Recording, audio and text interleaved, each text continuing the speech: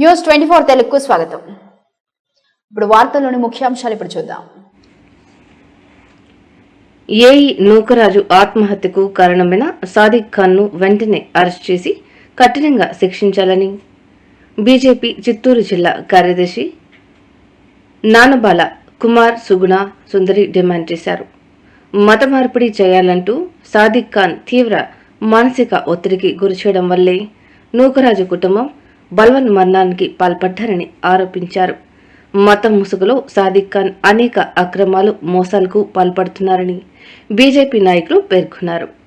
ఈ కేసుపై హోంమంత్రి డీజీపీలు స్పందించి సమగ్ర విచారణ జరిపించాలని, బాధిత కుటుంబానికి ఆర్థిక భద్రత, రక్షణ కల్పించాలని కోరారు. కార్యక్రమంలో బీజేపీ నాయకులు ఆయుబ్ ఖాన్, నరసింహులు, నానబాల కుమార్, రామకృష్ణ, అమర్ నారాయణ తదితరులు పాల్గొన్నారు. నూకరాజు అనే ప్రభుత్వ ఉద్యోగిపై ఇస్లాం మత మార్పిడిపై తను మారాలని తన కుటుంబ సభ్యుల్ని ఎక్కువ వేధించడం జరిగింది. దీనిపైన ఇలాంటివి ఫ్యూచర్లో జరగకుండా ఇంకా భవిష్యత్తులో ఇలాంటి వాటి మీద కఠిన చర్యలు తీసుకుంటూ న్యాయం చేయాలని రాష్ట్ర ప్రభుత్వాన్ని అందరినీ కోరుకోవడం జరుగుతుంది.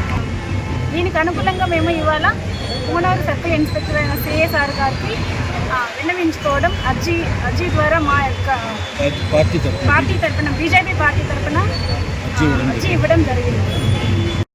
భారత్ మాతాకి జై. అన్నమయ్య జిల్లా ప్రధాన కార్యదర్శి నానబాల కుమార్ సుగుణ సుందరి గారికి ఆధ్వర్యంలో ఈరోజు రాష్ట్రంలో లవ్ జిహాద్ అనే పేరుతో మత మార్పిడి చేస్తున్న సాదిక్ను శిక్షించాలని చెప్పి సర్కిల్ ఇన్స్పెక్టర్ గారికి అర్జీ ఇవ్వడం జరిగింది.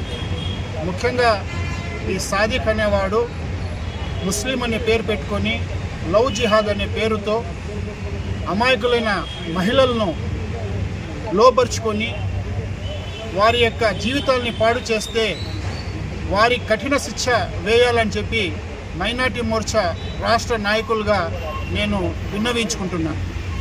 ఇస్లాంలో మత మార్పిడి అనేది లేనే లేదు. బలవంతంగా ఎవరు కానీ మార్పిడి లేనే లేదు. ఇస్లాంకే దెబ్బ అని చెప్పి ఈ సాదిక్ అనే పేరుతో ఇస్లాంకే దెబ్బ.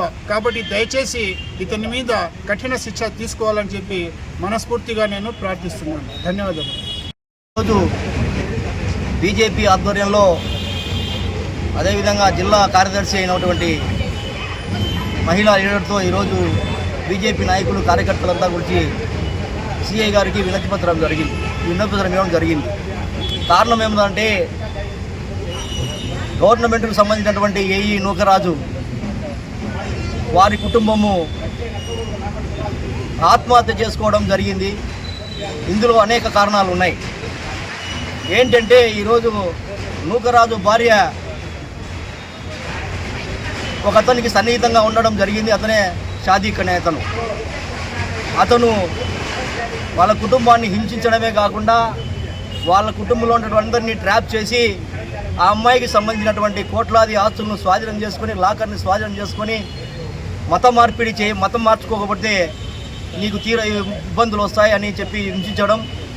అదేవిధంగా అక్కడ ఉన్నటువంటి ఆ ప్రాంతంలో ఉన్నటువంటి మహిళలను కూడా ఒక 10-15 మంది మహిళలను మతం మారాలని చెప్పేసి తీవ్రంగా హింసించడం జరిగింది. దీనిపైన అనేక అనుమానాలు ఉన్నాయి. ఇతను పాకిస్తాన్కు సంబంధించినటువంటి వ్యక్తియా కాదా అనేది తేల్చాల్సిన అవసరం ఈరోజు ఉంది. కాబట్టి ఇలాంటి మత మార్పిడులు దేశంలో అనేక ప్రాంతాల్లో జరుగుతూ ఉన్నాయి. వీటిపైన కేంద్ర రాష్ట్ర ప్రభుత్వాలు చట్టపరమైన చర్యలు తీసుకొని మత మార్పిడులు జరగకుండా, అదేవిధంగా మహిళలపైన హింసలు, అత్యాచారాలు జరగకుండా ప్రభుత్వమే బాధ్యత తీసుకొని ప్రత్యేకత చొరవ చూపాలని చెప్పేసి మేమైతే కోరుతున్నాం. ముఖ్యంగా ఈరోజు ఒకటి చెప్పదలుచుకున్నాం. ఈ సాదిక్ అనే అతను ఒక శాడిస్ట్గా ప్రవర్తించి ఆమెను తీవ్ర మానసిక క్షోభ గురి చేయడం ద్వారా వాళ్ళు వేరే మార్గం లేక, ఎవరికి చెప్పుకోలేక వాళ్ళ కుటుంబం అంతా ఉమ్మడిగా చనిపోవడం జరిగింది. ఆమె కుమారుడు చిన్న కుమారుడు బతికి బట్టకట్టడం జరిగింది. ఆ కోట్లాది ఆస్తి ఆమె దగ్గర నుంచి తీసుకునే ఆస్తిని కూడా తిరిగి ఆ అబ్బాయికి ఇప్పించాలని చెప్పేసి ఆ సాదిక్ అనే అతనికి వెంటనే ప్రత్యేక కోర్టు ద్వారా అతన్ని ఉరిశిక్షకు బాధ్యుని ఉరిశిక్ష వేయాలని చెప్పేసి భారతీయ జనతా పార్టీగా మేము డిమాండ్ చేస్తున్నాం. మత మార్పులు జరగకుండా దేశంలో ప్రభుత్వాలు కఠినంగా వ్యవహరించాలని చెప్పేసి కూడా మేము డిమాండ్ చేస్తున్నాం. జై హింద్, జై భారత్.